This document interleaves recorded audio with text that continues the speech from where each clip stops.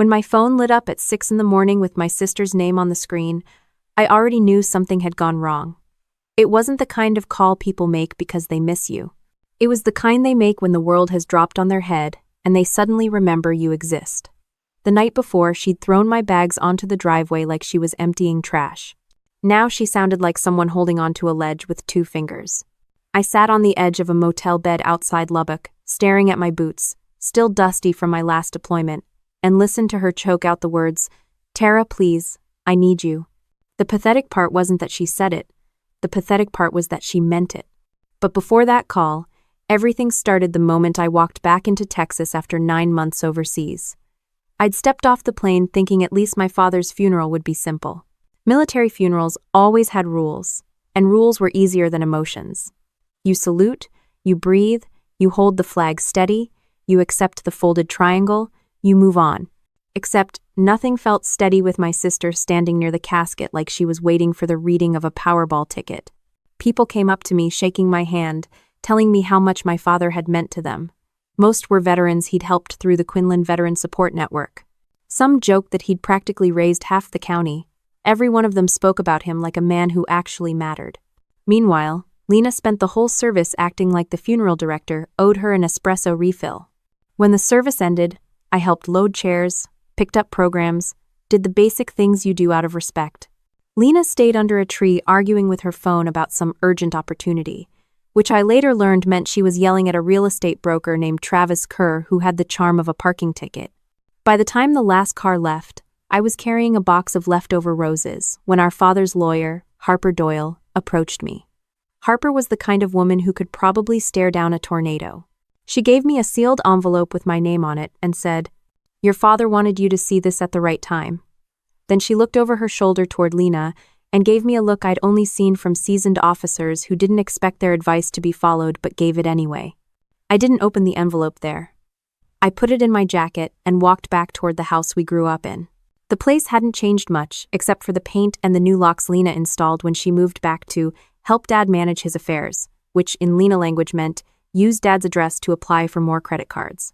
When I arrived, she was already inside pouring wine into a glass big enough to drown in.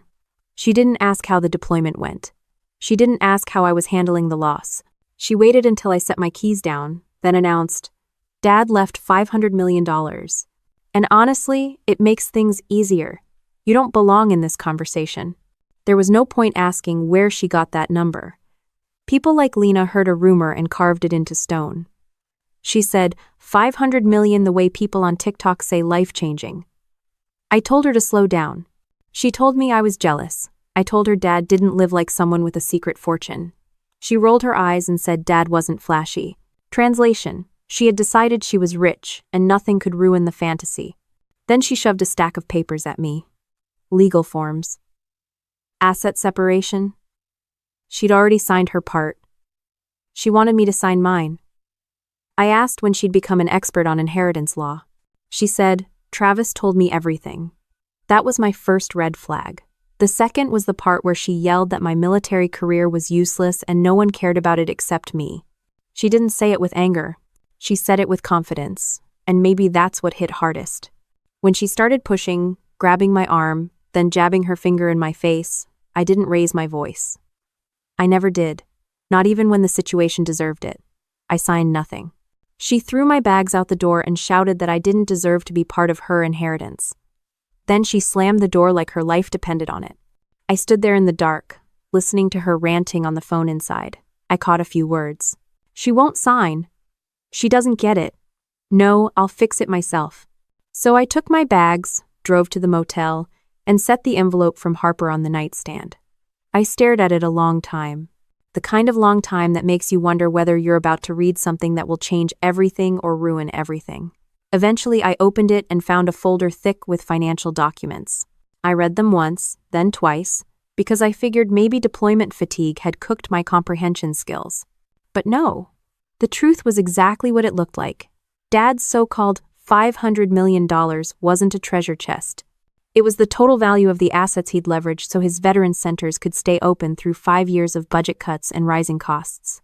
The properties, the equipment, the federal matching funds, the bonds, Everything was tied together with loans and timelines that made sense only if you cared more about people than profit. Dad hadn't been hiding wealth. He'd been holding together a system that helped hundreds of veterans who didn't have anywhere else to go. There was a handwritten note at the back of the folder. His handwriting was shaky, but the message was plain. If Lena believes it's money, she hasn't learned the lesson yet.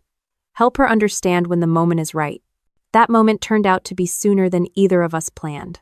Because now the phone kept ringing. Lena's name again.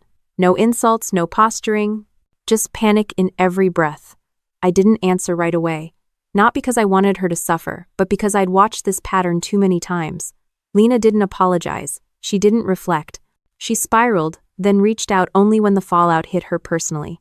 It was the same routine with every job, every relationship, every debt. But this time, she'd blown up the one thing she thought she owned, a fantasy inheritance. When I finally picked up, she didn't bother pretending she was fine. Her voice broke. She said she'd gone to the bank, demanded the inheritance, and the banker told her there was no cash to access and no transfer coming. She said Travis was threatening to sue her for $72,000 he claimed she owed. She said she didn't know what to do. I listened without interrupting, the motel air buzzing with the cheap AC unit trying to do its job. And while she kept talking, all I could think about was Dad's note, sitting open on the nightstand, the ink still bold even under the yellow motel lamp. The motel room door clicked shut behind me as I walked out into the morning heat, the kind that smelled like dry grass and gasoline. I didn't have a plan beyond getting back to the house, before Lena tried something even dumber than usual. The parking lot was quiet, except for a truck with a busted tailpipe coughing itself awake.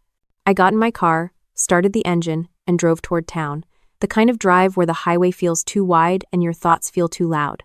When I reached the Quinlan property, the funeral decorations were still scattered across the yard.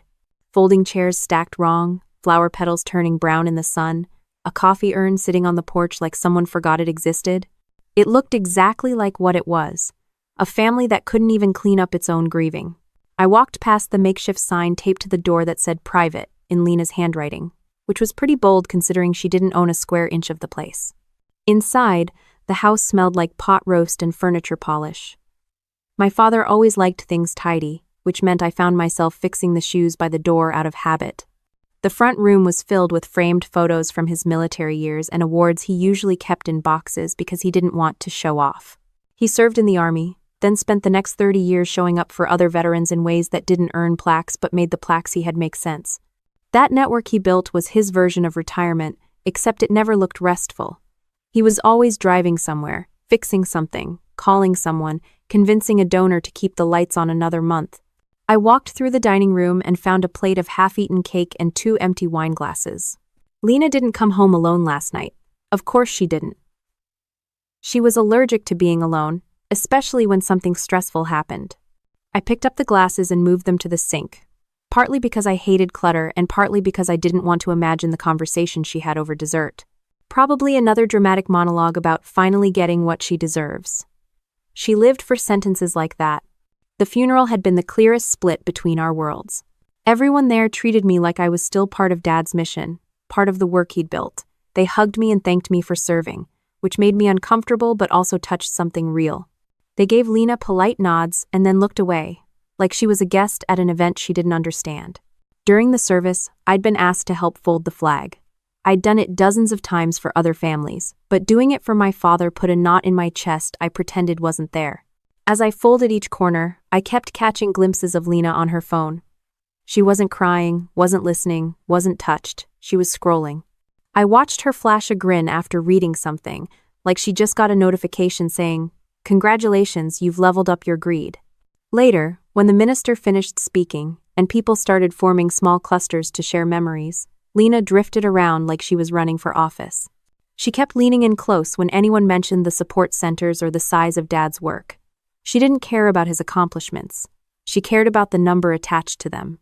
One woman, a retired Air Force captain, mentioned something about Dad's estate being massive. Lena's eyes sharpened. That one sentence was all she needed to rewrite reality in her head. Massive became 500 million before lunch. I walked away from the crowd to get some air. That was when I noticed Harper Doyle standing near the edge of the cemetery, talking quietly with a man from the bank. They weren't smiling, They weren't gossiping. They were doing the kind of serious whispering that meant money was involved and no one would like the answer. When Harper approached me later with the envelope, she didn't try to hide anything. She knew exactly what was coming for our family. I stood in the living room now, studying one of the framed photos of my father at a ribbon-cutting ceremony for one of the support centers. He was shaking hands with a group of volunteers, his smile wide and real. I remembered that day. He told me people didn't need him to be a hero. They needed him to keep the roof from leaking and the lights from turning off. He said that with the same tone people usually reserve for announcing lottery wins. That was Dad. He measured success in fixed plumbing and working AC units. Footsteps creaked behind me. I turned, expecting Lena, but it was one of Dad's old Marine buddies, Frank, still wearing his dress jacket from the funeral. He'd let himself in through the back door the way he always did, never bothering with formality. "Didn't mean to scare you," he said. "Just wanted to grab the projector we used yesterday." "No worries," I said. "How are you holding up?" He scratched his chin. "Better than your sister, I'll tell you that."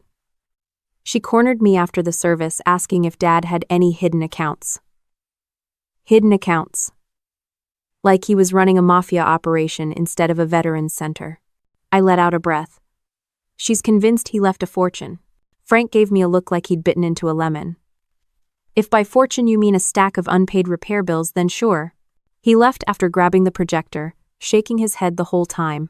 I heard his car pull out of the driveway as I walked toward Dad's office. The room was exactly as he left it. Organized but not spotless. Papers stacked neatly. Tools hanging on a pegboard. A folder labeled QVSN Budget Issues sat on top of the desk. I flipped it open and found more proof of what I'd seen in Harper's packet. Dad had been juggling grants, scrambling for funding, pulling strings, and doing everything short of selling a kidney to keep his centers alive. Lena had no idea. She couldn't imagine a life where money wasn't the point. Outside, a car door slammed hard enough to rattle the windows. Lena was back. I could hear her stomping through the gravel like she was charging into battle. She burst through the front door wearing sunglasses big enough to conceal a small moon and snapped, "Where were you? I've been looking everywhere." I didn't answer right away.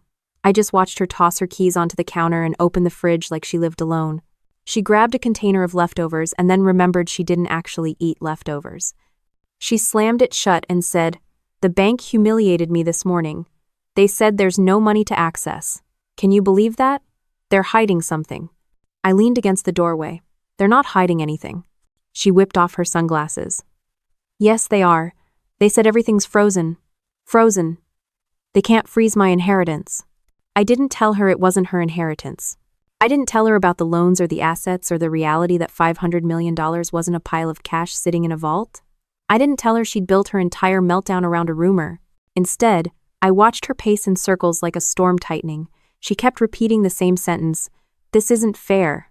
Maybe it wasn't. But not for the reasons she thought. She turned toward me, eyes sharp again, voice lower. "Dad always said the family would be taken care of. He promised that." I didn't argue. I didn't comfort. I didn't remind her that promises only matter when they're heard correctly. She took a step closer. "You need to come with me to the lawyer, now." She didn't understand the timing. She didn't understand the documents. She didn't understand much of anything except the feeling that her imagined empire was cracking. And she wasn't wrong about that part. Not at all. Lena marched down the hallway, heels clicking like she was announcing the start of some emergency briefing only she understood. I followed because letting her spin out alone usually led to property damage or legal bills. She stopped in front of Dad's old office, pushed the door open, and pointed at the desk like it had personally offended her. "This is where he kept everything," she said. "We're going through it." "We already did," I said, staying near the doorway. "Yesterday. With Harper." "No. That was formal stuff," she snapped. "This is where he kept the real paperwork." She started yanking open drawers, flipping through files without looking at them, tossing half of it onto the floor. "There has to be something here about the inheritance. The bank is lying. Someone is hiding something." The more frantic she got, the clearer it became she wasn't looking for documents. She was looking for confirmation that she hadn't miscalculated her entire life. People like Lena didn't fear losing money. They feared losing the illusion that they were owed it. She pulled out a binder labeled QVSN Maintenance Logs. She skimmed the first page and frowned. Why was he paying for roof repairs? Shouldn't the government handle that? Before I could answer, she tossed it aside like it was written in a foreign language. I picked it up, put it on the desk, and said, "The government doesn't fix roofs for nonprofit buildings, Lena." She didn't hear me. She was already moving on to the next drawer. Travis said Dad probably had offshore accounts, maybe under a trust name. He knows people who've seen this kind of thing. That's comforting, I said. Nothing screams financial expertise like a guy who lost a condo in Odessa because he didn't read the contract. She froze mid-rummage, turned and glared. "You don't know anything about business." "I know enough to read what's in front of me," I said. "That's more than most people in your inner circle can say." She slammed the drawer shut so hard the pens inside rattled. "Dad wanted me to inherit everything, he told me that." "When?" I asked. "Years ago," she replied quickly. "Before or after the centers opened." She hesitated, and that hesitation told me everything. Dad never talked about inheritance with Lena. He talked about responsibility. She translated it into money because that was the only language she valued. She stormed past me into the living room, grabbed a wine bottle, and poured herself a full glass at 10 in the morning. "This is all your fault," she said. "If you hadn't shown up in uniform yesterday acting like the perfect daughter, maybe the bank wouldn't think you should be in charge of everything." "They don't think that," I said. "They do. Everyone does." She gulped half the glass, wiped her mouth with the back of her hand, and jabbed a finger at me. "You're trying to take the inheritance. Admit it." "There is no inheritance," I said. She laughed a sharp, brittle sound. "You're lying. You and Harper are hiding it. That's why she gave you that envelope." "It's not what you think." "Of course it is," she snapped. "You always thought you were better than me. Dad liked you better. He trusted you more. You think wearing a uniform makes you some kind of hero." I leaned against the counter. "Nobody said that." "You don't have to say it. You come home and people line up to shake your hand while I'm the one who stayed, the one who dealt with Dad's doctors, the one who handled everything while you were off doing whatever you do over there." "You mean my job?" She waved me off. "You get medals for showing up. I get debt. That's not how the military works." "Oh, please," she said. "You think you're so tough, but you can't even stand up for yourself. That's why you won't sign the papers." She walked into Dad's bedroom and came back with a folder of legal documents. She dropped them on the coffee table in front of me. "Sign them today." "No." Her eyes flared. "Why not?" "Because you're making decisions based on rumors and panic." "Rumors? The entire town knows how much Dad had." "The town knows numbers," I said. "They don't know context." She tipped her head back dramatically. "You always talk like that. Context, reality, facts, you're exhausting." "Lat. And you're drunk," I said. She set the glass down so hard it splashed onto the table. "I am not drunk. I am stressed. There's a difference." She grabbed the papers again and shoved them toward me. "Sign, then stay out of my way." "No," I said again. She stepped close enough that I could smell the wine on her breath. "Do you think you're better than me? That's not what this is." She shoved me hard in the shoulder. Not enough to knock me over, but enough to show exactly how unstable she was becoming. "You think Dad loved you more than me," she said. "Say it." "I'm not doing this," I replied. "Say it," she repeated louder. "I'm not playing that game." "You don't get to walk away," she yelled, grabbing my arm. I pulled free. "Let go." She grabbed again, nails digging in, and something in her snapped. She marched to the front door, yanked it open, grabbed my duffel bag, and hurled it into the yard. Then she grabbed my uniform jacket off the coat rack and tossed it after the bag, letting it fall into the dirt. "There," she said. "Now you're out of this house, out of Dad's money, out of everything." The anger in her voice wasn't about me, it was fear. The fear that the world she built in her head was about to fall apart. "You need help," I said quietly. "What I need," she snapped, "is for you to sign the papers so I can claim what's mine." Travis said timing matters. "If I don't file everything today, it delays everything." "Delays what?" I asked. "My life," she said, "my future, all the things I deserve." "You deserve clarity," I said, "and you don't have it." She pointed at the bags. "Get out." "Fine." I stepped outside, grabbed my duffel, and didn't bother picking up my uniform jacket right away. Lena stood in the doorway, arms crossed, chin lifted like she'd won something. Behind her, the house that belonged to both of us now looked smaller, like the air inside had shrunk along with her sense of reality. She slammed the door without another word. I picked up my uniform jacket, shook off the dust, and walked to my car. The morning sun hadn't fully climbed yet.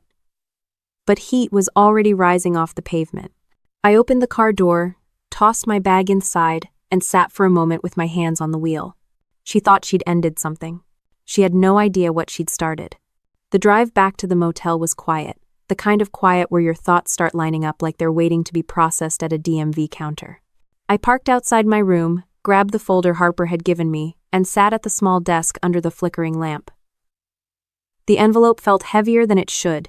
Maybe because deep down, I knew whatever was inside wasn't going to match the fantasy Lena had built. I opened it and spread everything out. At first glance, it didn't look like the paperwork of a man who secretly had $500 million.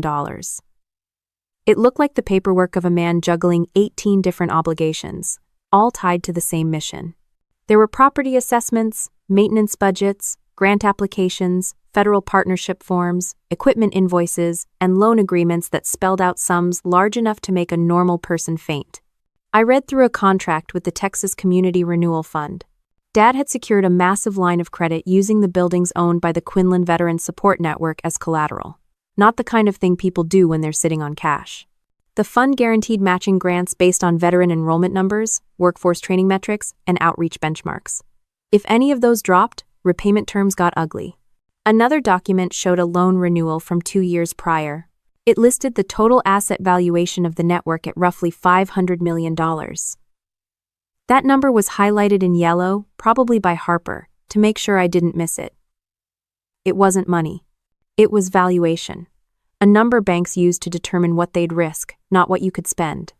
The catch: everything was tied up for years. It couldn't be liquidated without collapsing the entire system.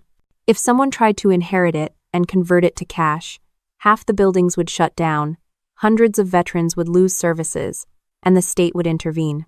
It was a house of cards that stood only because Dad held the bottom cards steady. There was a handwritten page clipped to the back. It was the part that got me the most. Dad wrote, "This isn't wealth, it's responsibility. One day you'll have to help someone understand that." He didn't name Lena, but he didn't have to. She was the only person who thought responsibility was an optional upgrade. I leaned back in the chair and rubbed my eyes. No matter how angry I'd been at her earlier, part of me wished she had even a vague idea of what she was dealing with. Thinking you just inherited $500 million and finding out you inherited nothing but obligations would gut anyone. But she hadn't learned that lesson yet. She was still chasing an inheritance that didn't exist. I grabbed another document, one labeled Donor Outreach Plan. It listed all the businesses Dad had contacted, asking for help covering higher utility costs, updated HVAC systems, increased counseling services, and rising food expenses for the transitional housing program. The notes in the margins showed Dad had cut his own salary down to barely above minimum wage so the full-time staff could be paid. I remembered him modestly refusing birthday dinners or vacations, saying he'd rather invest the time where it mattered. And he wasn't lying. My eyes drifted across the desk to the cheap motel curtains fluttering near the AC unit. The entire room smelled faintly like cleaning solution and stale coffee, which somehow made everything feel more grounded. No illusions here. Just facts on paper and a father who spent his final years holding up a community that depended on him. My phone buzzed with a text from Harper. It wasn't long or dramatic. Just, "The reading is tomorrow, arrive early." I put the phone down, took a breath, and opened the last item in the envelope, a small letter addressed to me. The handwriting was slower than Dad's usual pace, probably written when his health was already slipping.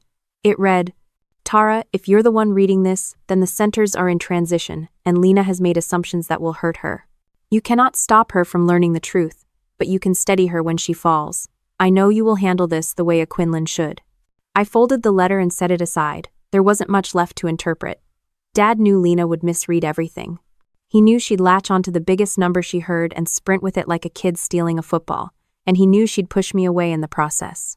He also trusted that I wouldn't drop the ball when reality caught up to her. It wasn't about playing hero, it was about not letting the mess swallow both of us. I went to the sink, splashed cold water on my face, and stared at myself in the mirror.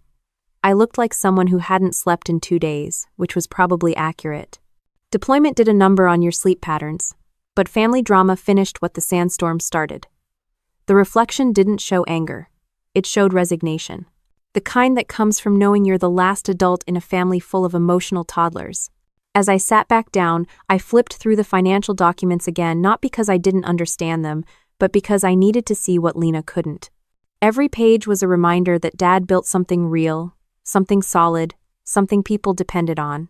He didn't spend decades creating a lifeline for veterans just to have it cashed out by someone who thought budgeting meant removing price tags from clothes before returning them. The motel door rattled slightly from the wind. Outside, a truck passed by, sending a wave of dust across the parking lot. I closed the folder, set my hand over it for a moment, and let the weight settle. There was nothing left to decode, nothing left to imagine.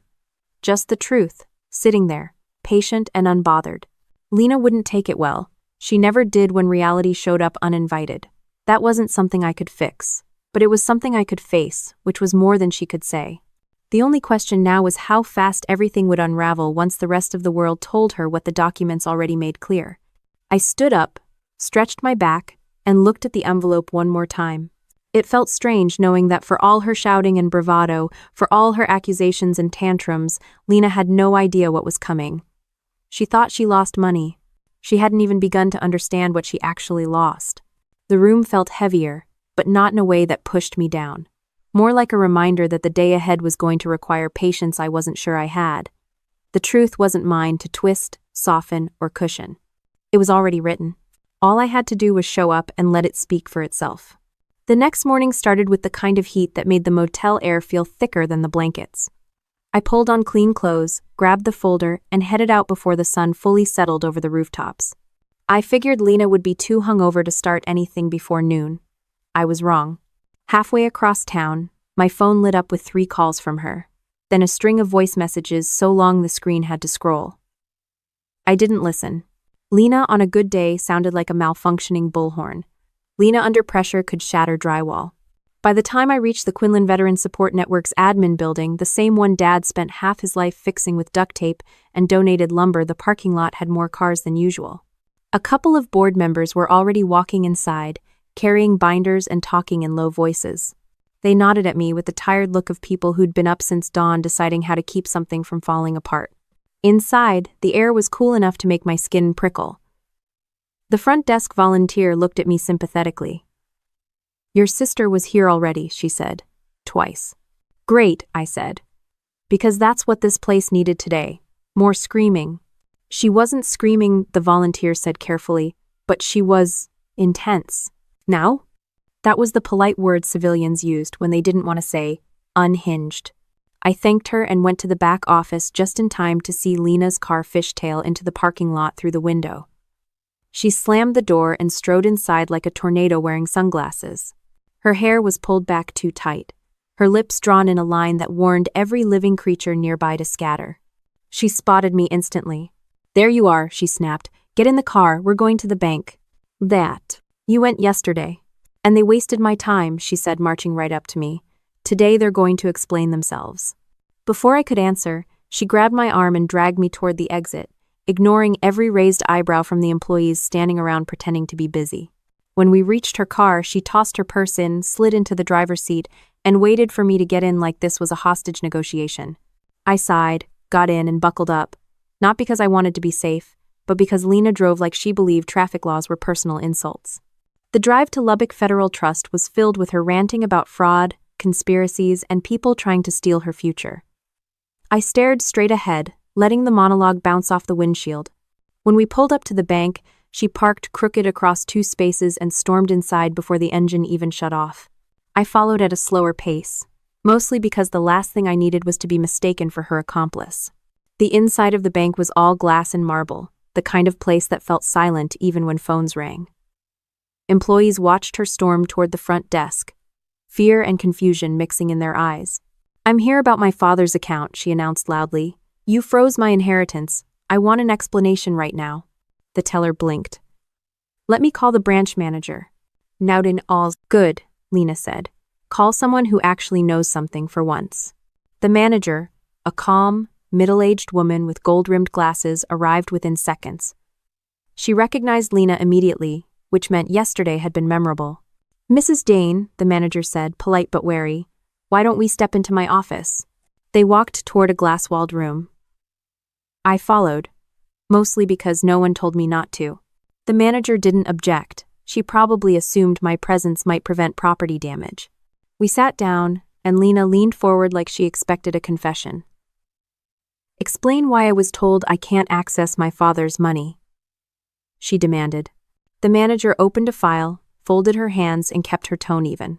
Your father's account is not a liquid asset account. The funds are tied to property and program collateral. They cannot be withdrawn or distributed. That's ridiculous, Lena snapped.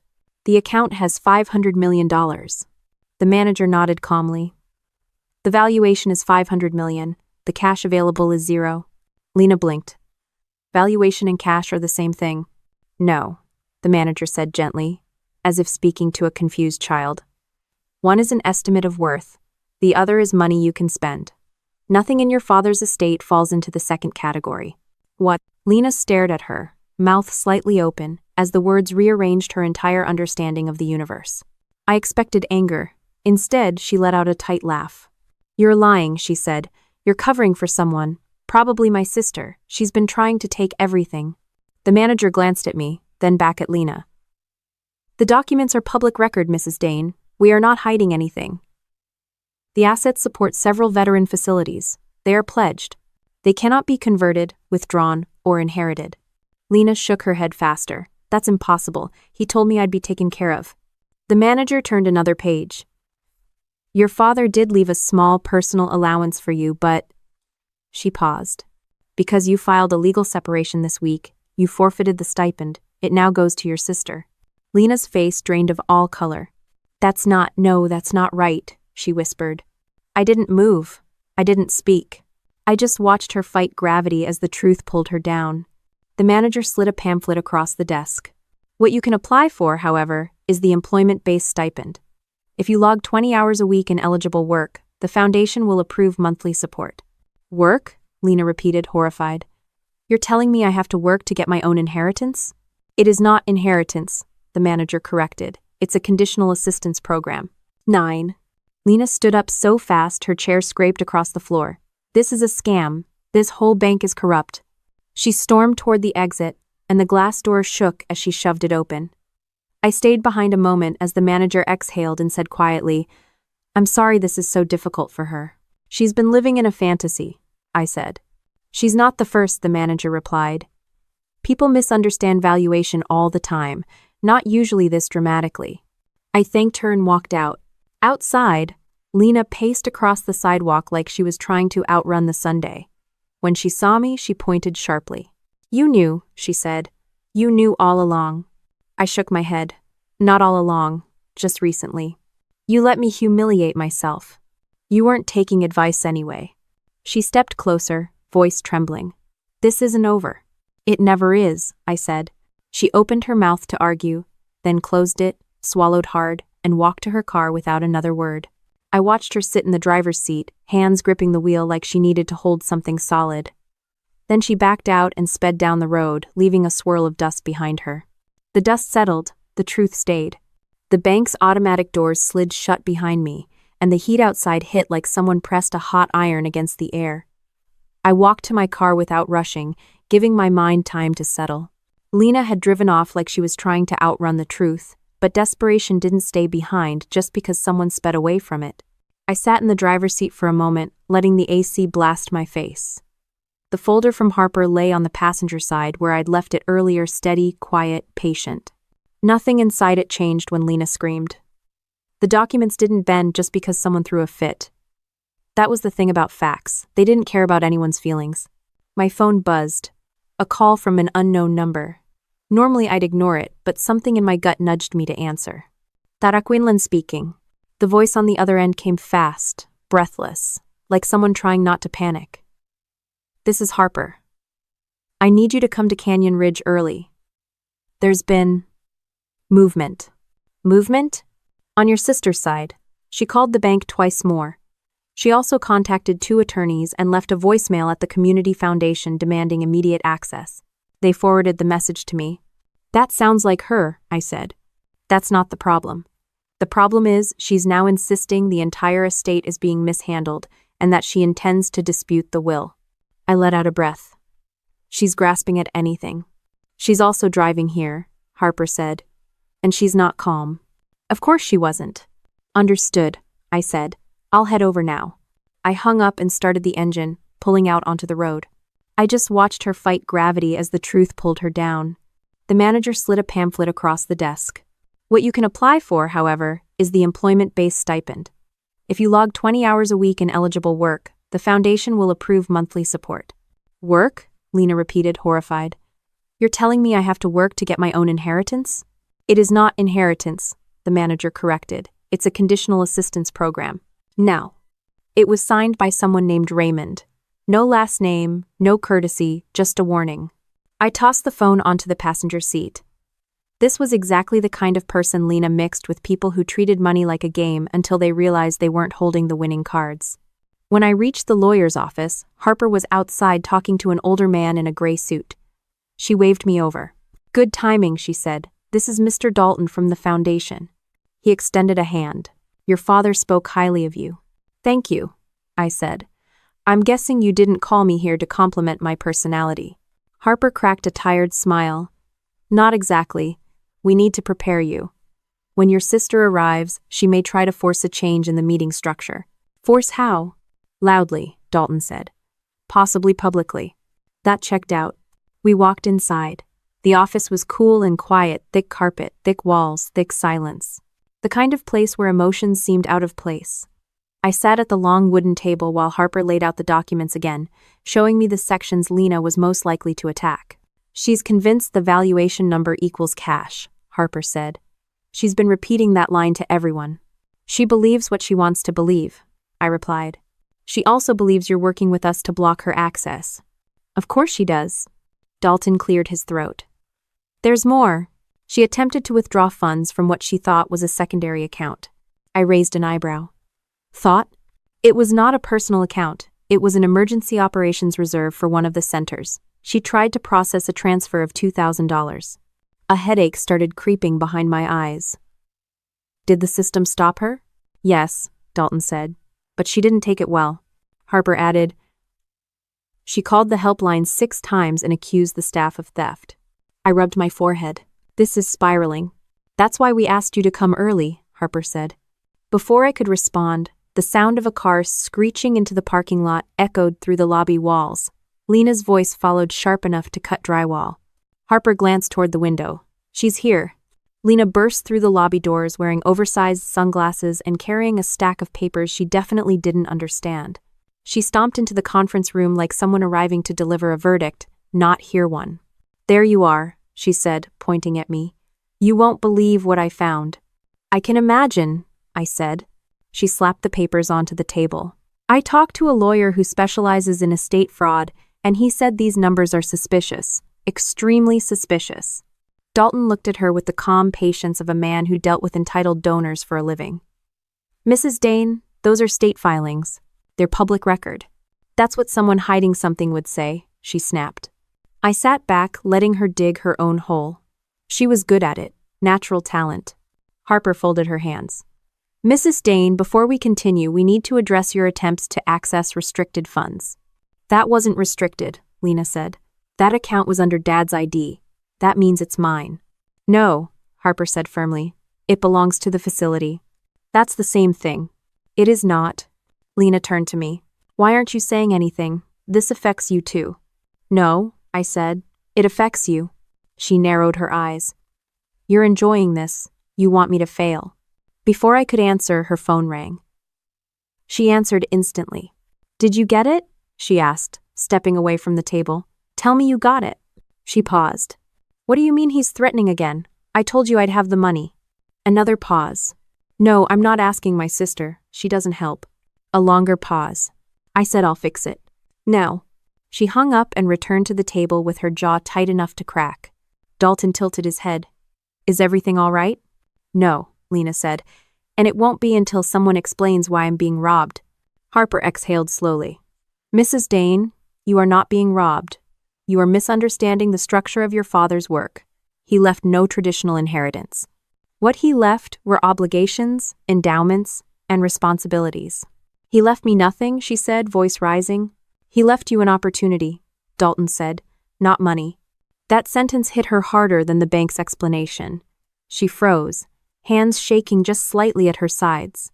She gripped the back of a chair as if the room had tilted. That's not possible. It can't be.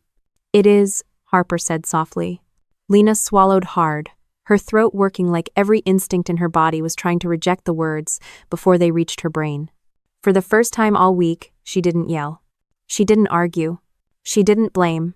She just stood there, staring at the documents like they had betrayed her personally. The kind of silence that filled the room didn't signal a pause. It signaled impact. Lena slowly lowered herself into the nearest chair like her knees finally understood gravity.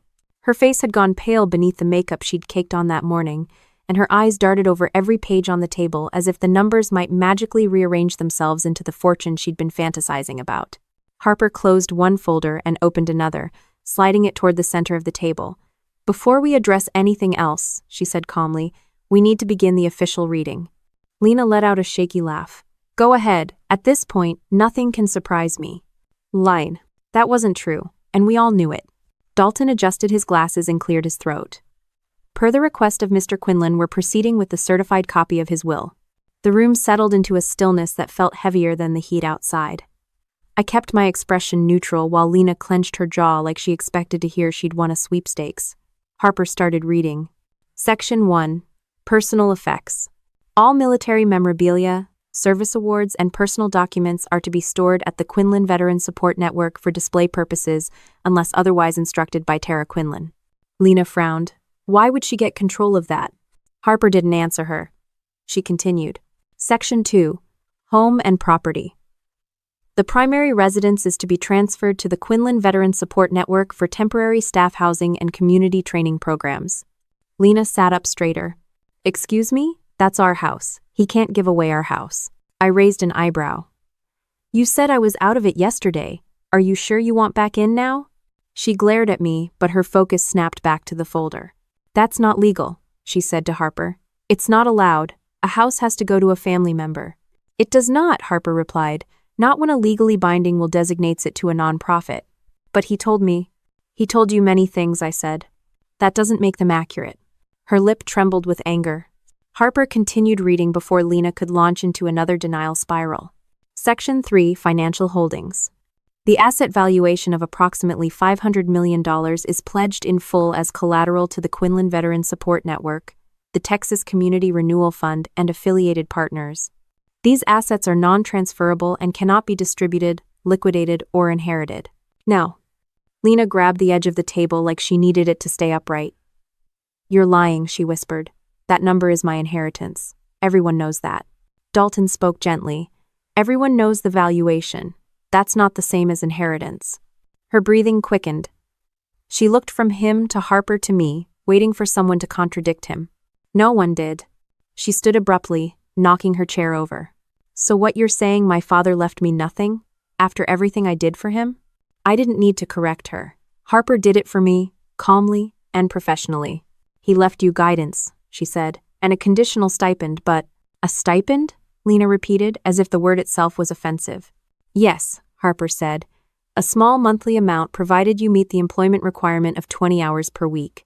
Lena blinked so fast her lashes looked like malfunctioning windshield wipers. Employment? As in, work? That is what employment means, I said.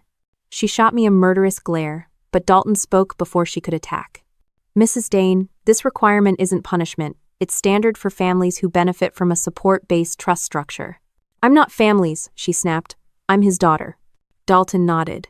And his daughter must meet the same requirement he set for all beneficiaries. I am not a beneficiary, she shouted. I'm an heir. Harper didn't flinch. You forfeited your position as an heir when you filed the separation documents at the courthouse. The filing timestamp predates today's reading. The air left Lena's lungs in one violent exhale. She stared at me like I'd personally pushed the button that detonated her entire future. You knew, she whispered. You knew I signed myself out. I suspected, I said. I only saw the date on your paperwork when you threw it at me yesterday. You should have told me. No. You weren't exactly open to hearing things. She grabbed the folder, flipped through it desperately, searching for some loophole. Harper placed a final document on the table. There is one remaining allocation. For a moment, hope flickered in Lena's eyes. A small, frantic spark. Harper looked at me. To Tara Quinlan, a personal bequest of $75,000, in recognition of her service and her direct involvement in the development and maintenance of the Quinlan Veteran Support Network. I didn't react. The number wasn't small, but it wasn't life-changing. It was thoughtful, practical, exactly like Dad. Lena stared at me, horrified. He gave you money? Harper continued. This amount was specifically designated to ensure continuity for ongoing programs. Lena slammed her palm onto the table.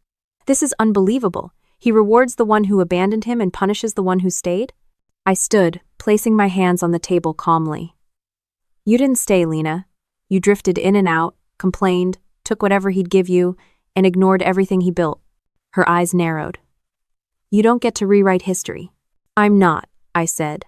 I'm quoting it. She shoved the chair aside and began pacing in tight, jerky circles. You don't understand anything, she said. I'm the one who should be in charge. Not you, not them, me. Dalton waited patiently for her storm to quiet, like he'd seen 100 people reach this exact point. Harper slid one last page toward her. There's also a letter.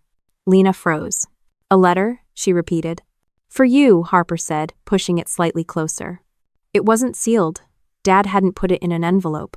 He'd left it simple, handwritten, in clear block letters that anyone could read. Lena stared at it like it might bite her. After a long moment, she reached out and picked it up. Her hands shook as she unfolded it. She read silently at first. Then her lips parted. Then her eyes glossed over. Her voice cracked as she read aloud, barely above a whisper.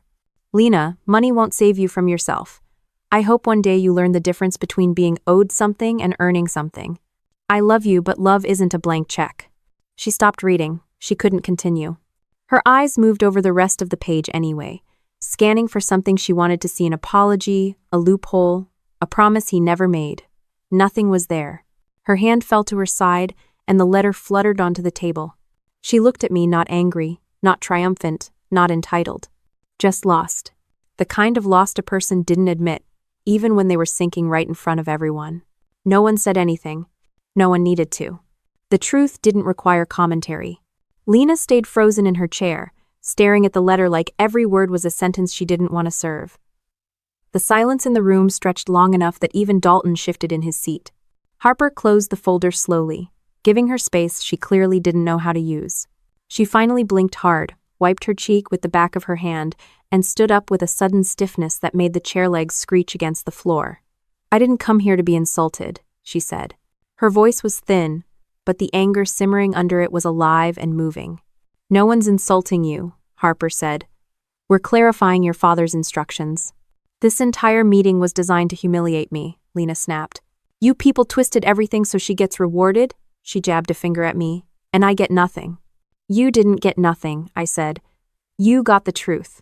That's useless, she shot back. Dalton cleared his throat, keeping his tone steady. The conditions your father left were consistent. Every beneficiary, family or not, has to meet the same expectations. Work, contribution, involvement. Lena let out a short, bitter laugh. Are you really comparing me to those people at the centers? I'm saying the rules apply to everyone, Dalton replied. She narrowed her eyes. No. You're saying I'm not good enough. That's your interpretation, Harper said. Lena turned to me, tears replaced by a steely coldness. This is your doing. You've been undermining me since the funeral. You think being in the military makes you smarter, more deserving. That's not what this is, I said. Yes, it is. You act like you're some kind of hero because you wear a uniform. You think Dad cared more about your deployments than about me running his house. You didn't run anything, I said. He carried everything while you made demands. She rolled her eyes dramatically, like she couldn't believe she had to listen to someone who wasn't praising her. You've been waiting for this, waiting for me to fall so you can look superior. I've been waiting for you to stop lying to yourself, I said. Her jaw tightened so sharply I could hear her teeth click. She grabbed her purse and swept the letter off the table, as if destroying evidence could change what it proved. I'm not done, she said. You might think you've won something today, but this isn't over. Her words landed flat, like they'd been rehearsed in the mirror. Harper stood. Mrs. Dane, threatening legal challenges won't alter the will. The estate has already transferred. The court won't overturn something with this level of documentation. I don't need the court, Lena said, voice low. I just need to expose what the two of you. She pointed between Harper and Dalton are hiding. We're not hiding anything, Dalton said. You're hiding everything, she said, and I'm going to prove it. She strode toward the door. I followed, partly because I wanted to keep her from harassing the receptionist on her way out, partly because I didn't trust her not to slam her hand in the door out of spite. Outside, the Texas heat smothered the air. Lena stopped beside her car and threw her purse into the passenger seat so violently the keys clattered onto the pavement. She didn't pick them up. She just stood there, breathing hard, like the universe personally offended her. You can't keep doing this, I said calmly. She turned slowly, eyes sharp, shoulders squared. You think you're about to give me some wise military lecture? Don't bother. I wasn't going to lecture you. Good, she said, because you don't get to act like the stable one just because you didn't break down in there. I'm not acting, I said. Yes, you are. You hold everything inside and pretend you're fine. You pretend you're better than the rest of us. She took a step closer. You pretend you didn't leave him. Now. I didn't leave him, I replied. I left the house. I didn't leave him. You weren't there when he needed you. Yes, I was, I said evenly, every time he asked. She opened her mouth, ready for another attack, but her phone started ringing. She grabbed it and answered immediately, her anger shifting direction like a compass jerked by a magnet. What now? She snapped into the phone. She stepped aside, but her voice wasn't quiet enough to hide the conversation. What do you mean you couldn't get it? I told you to stall him. A pause. No, I don't have the money yet. Another pause. I don't care what the bank told you. It's mine. A longer pause. You said I had until Friday. That's 2 days. Her voice cracked slightly, fear seeping in. You can't file yet. I said I'd handle it.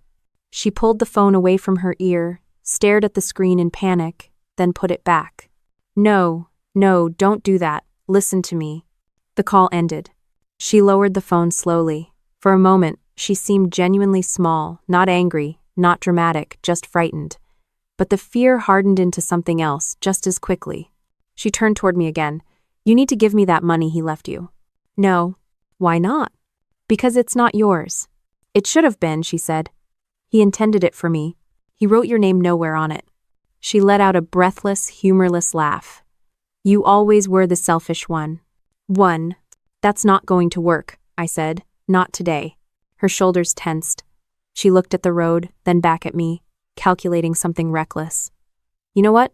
Fine. Keep your money. But don't expect me to help you when things fall apart. I never expected that, I said. She grabbed her keys off the pavement, got into her car, slammed the door, and sped off so fast the gravel spit onto my boots. The dust cloud lingered long after she disappeared. When I walked back toward the building, Harper stepped outside, squinting at the heat. She's in deeper trouble than she realizes, she said. I know. And she's going to make noise. I know that too. Dalton joined us, holding a copy of the final filing. Your father prepared for situations like this, he said. Families sometimes react poorly to clarity. That's one way to put it. He looked at me carefully. You're handling this well. I've had practice, I said. Harper nodded slowly. We move forward as planned. The transition begins today. There were no dramatic proclamations, no ceremonial closings, no grand gestures. Just 3 people standing in the heat, acknowledging that something heavy had shifted. Lena wasn't the only one who had to face consequences, but she was the only one still trying to outrun them. Walking back inside with Harper and Dalton, I felt the temperature shift from blistering heat to the steady cool of the office AC. The contrast made everything sharper: the fluorescent lights, the paperwork stacked on the counter, the quiet murmur of staff trying to get through their day despite the emotional fireworks Lena had set off. I thanked them both for the meeting and headed toward my car. I didn't have a destination in mind, but driving always helped settle my nerves. At least, that used to be true. 10 minutes down the road, I found myself turning toward the Quinlan Veteran Support Network's main campus. It wasn't intentional, not exactly. My hands just steered the wheel that way, like muscle memory had its own agenda. The entrance sign still had my dad's handwriting on the bottom corner from when he'd insisted on painting it himself to save the budget for something useful. It looked just as stubborn as he always had. I parked in the gravel lot and stepped out. The noise of construction carried across the open field, hammers hitting wood, drills whining, someone shouting for a measurement. Dad used to say a busy job site was the closest thing to music he understood. I walked closer and saw a group of volunteers repainting one of the training rooms. A young guy with a shaved head and a prosthetic leg nodded at me. "Morning, Lieutenant," he said. I gave a small smile. "Just Tara now." He shrugged. "Whatever you say, LT. You here to check the progress?" Something like that. Inside the training room, the smell of fresh paint hit immediately. Two women were rolling the last coat of white over the walls while a teenager swept dust into a pile near the doorway. None of them stopped working, but they gave me polite nods as I stepped in. This place had always worked like that, no fanfare, no greetings, just quiet acknowledgement and a lot of sweat. I headed to Dad's old office at the end of the hallway. It was smaller than I remembered, probably because he used to pack it with too many maps, too many binders, and too many coffee cups he swore he'd wash right after this meeting. The door was cracked open, and when I pushed it fully, I found someone inside sorting through binders. It took a second before recognition hit. Lena. She turned when she heard the door, eyes red but no longer wild. She looked deflated, like air had been let out of her too fast. "I didn't know you'd come here," I said. "I didn't either," she replied quietly. No venom, no sarcasm, just a tired voice. I stepped inside and leaned against the filing cabinet. "You working on something?" She held up a binder labeled Volunteer Applications. Her hands shook slightly. "I'm trying to understand what any of this means." I nodded. "It's a lot." She kept flipping pages without looking at me. "Dad spent his entire life building something that doesn't make sense unless you're in the middle of it." "That's pretty accurate." She finally looked up. "You weren't surprised in that room today?" "No. You already knew." "Mostly." She swallowed, her throat tight. "And you didn't tell me?" "You wouldn't have listened." She didn't argue. She sank into Dad's old chair and stared at the desk like she was seeing it for the first time, not as a seat of authority, but as a reminder of everything she'd missed. "I thought he was rich," she said softly. "I thought he was hiding it to protect us. I thought—" She trailed off and took a shaky breath. "I thought I deserved something." I didn't respond. Sometimes silence handled things better than words. She glanced at her purse on the floor. "Raymond called again after I left. He said he's filing. I owe him more than I thought." She rubbed her temples with the heels of her hands. "I don't have anything, no savings, no job, no plan." "You could apply for the stipend," I said. "That's charity," she muttered. "It's responsibility," I corrected. "Dad wanted you to earn stability, not buy it." Her eyes watered, but she blinked hard to clear them. "I don't know how to work here," she said.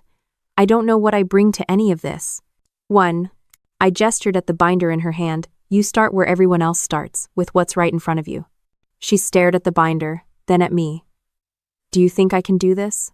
"Honestly," I said, "that depends on whether you want to learn or you want to pretend."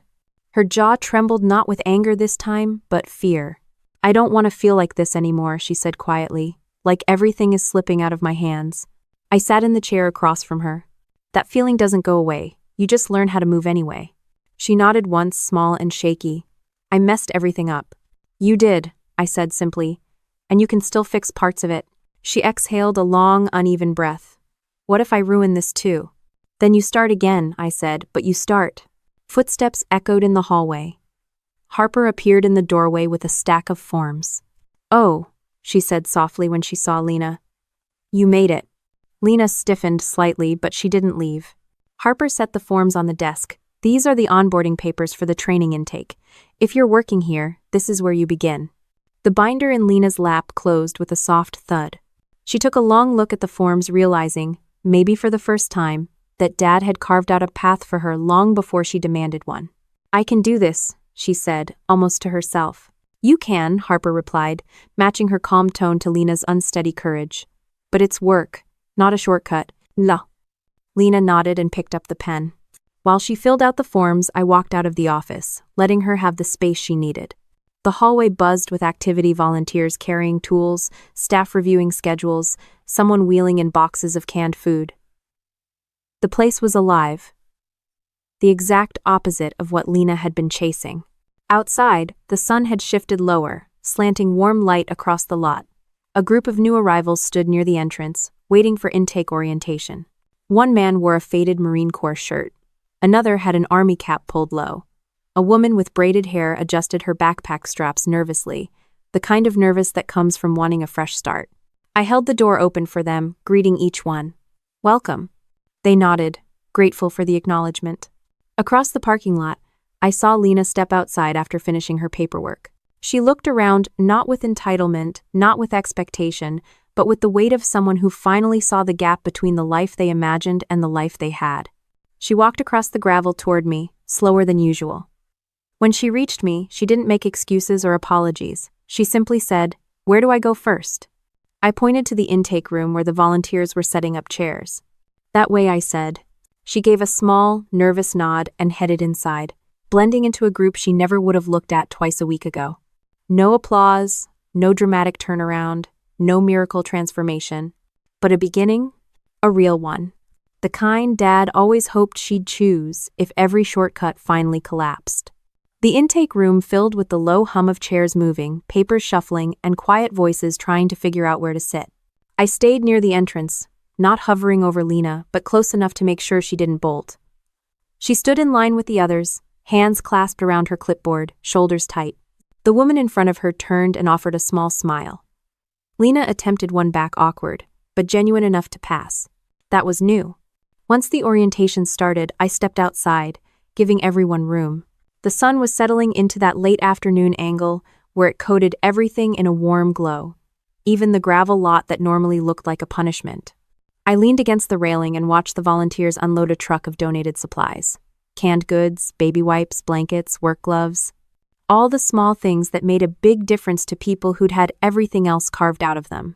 This place always felt more honest than anywhere else I'd lived. Maybe because no one here pretended they had it all figured out. They just showed up and tried again the next day. That was more than most people bothered to do. Behind me, the intake session wrapped. The door opened, and people streamed out, some laughing, some quiet, some headed straight to the coffee station. Like caffeine was a constitutional right. Lena emerged last. She didn't rush toward me, didn't break down, didn't ask for reassurance. She just walked up and said, "They assigned me to the admin trailer." I nodded. "Good. They always need help there. I don't know anything about databases." "You'll learn." She looked at the ground for a moment. "They asked why I wanted to work here. I didn't know what to say." "What'd you tell them?" "That I needed to start over." "That's a solid answer." She exhaled slowly. I meant it. We walked across the lot to the admin trailer. It was a white, slightly crooked structure with a ramp Dad had installed himself back when he still believed he could fix everything if he pushed hard enough. The inside smelled like printer ink and donated air fresheners. A man wearing a USAF retired cap looked up from his desk as we entered. "You must be the new recruit," he said to Lena. "I'm Curtis." She gave a small wave. "Hi." He gestured at a chair. "Sit, we'll get your login sorted." I stepped back, letting her settle in. She was stiff, nervous, completely out of her element, but she didn't bolt. Progress came in strange shapes. Curtis walked through the first steps of basic data entry. I could hear him explaining how to log incoming food donations and how to mark volunteer attendance. Simple tasks, but here, simple meant essential. Lena asked a question, then another, fumbling her way through the first spreadsheet. Curtis didn't lose patience. He'd worked with enough rookies to know that panic was part of the process. When she finally got something right, he clapped once, loud and proud. "There it is, that's what we like to see." She laughed under her breath, almost embarrassed. "It was just a checkbox." "A correct checkbox," Curtis said. "Around here, that's gold." I stepped outside again, giving her room to succeed without an audience. Standing alone on the ramp, I took a long breath. The breeze carried the smell of grass and that familiar dust Texas never stopped producing.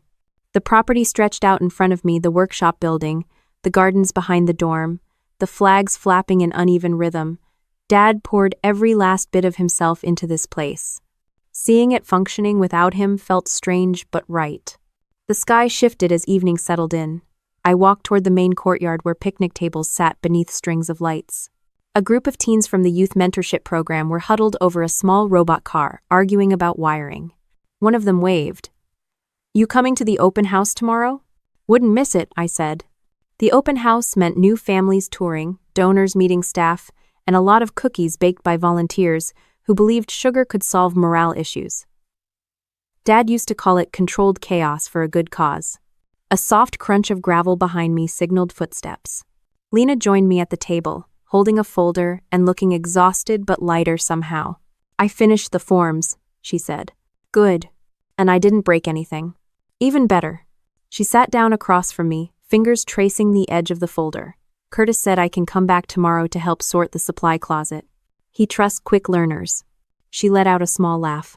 I don't know about quick. Quicker than you give yourself credit for. Note. She looked at the sky, watching swirls of color fade behind the buildings. I thought coming here would make me feel worse. And? It doesn't, she said quietly. It feels real. That was the first honest thing she'd said in days.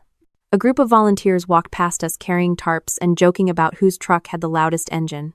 Lena watched them, not with judgment but with curiosity, like she was finally seeing the place without filtering it through jealousy. She shifted in her seat. About earlier. At the lawyer's office. I said things I shouldn't have said. I know. I didn't mean half of them. I know that too. She swallowed. And the other half? You were drowning, I said. People say ugly things when they drown. She nodded, hesitating before speaking again. I never hated you, Tara. You definitely tried, I said. She cracked a thin smile. Yeah, I did. We sat in silence, comfortable this time. The courtyard lights flickered on, casting warm lines across the concrete. Someone inside the cafeteria started playing an old guitar, off-key but enthusiastic. After a minute, Lena spoke again. I'm going to pay Ray back. You should. I don't know how long it'll take. That's not the point. She took a slow breath. Do you think Dad ever believed I'd get my act together? Yes, I said. She studied me, surprised. Seriously? He didn't think it would be easy, I added. But he believed it was possible. She looked away, blinking hard. I wish he'd told me that. He did, I said. Just not in the way you expected. She let those words settle. Eventually she stood and stretched her shoulders. Curtis wants me back at 8 in the morning. That feels illegal. Welcome to working life. She snorted. It's not so bad. Give it a week. She smiled genuinely this time. Small, but real. Thanks for not giving up on me. I didn't do anything. You didn't walk away, she said. That counts. She headed toward the admin trailer to grab her bag, her steps steady, not frantic. Watching her go, I realized something I hadn't expected to feel. Relief.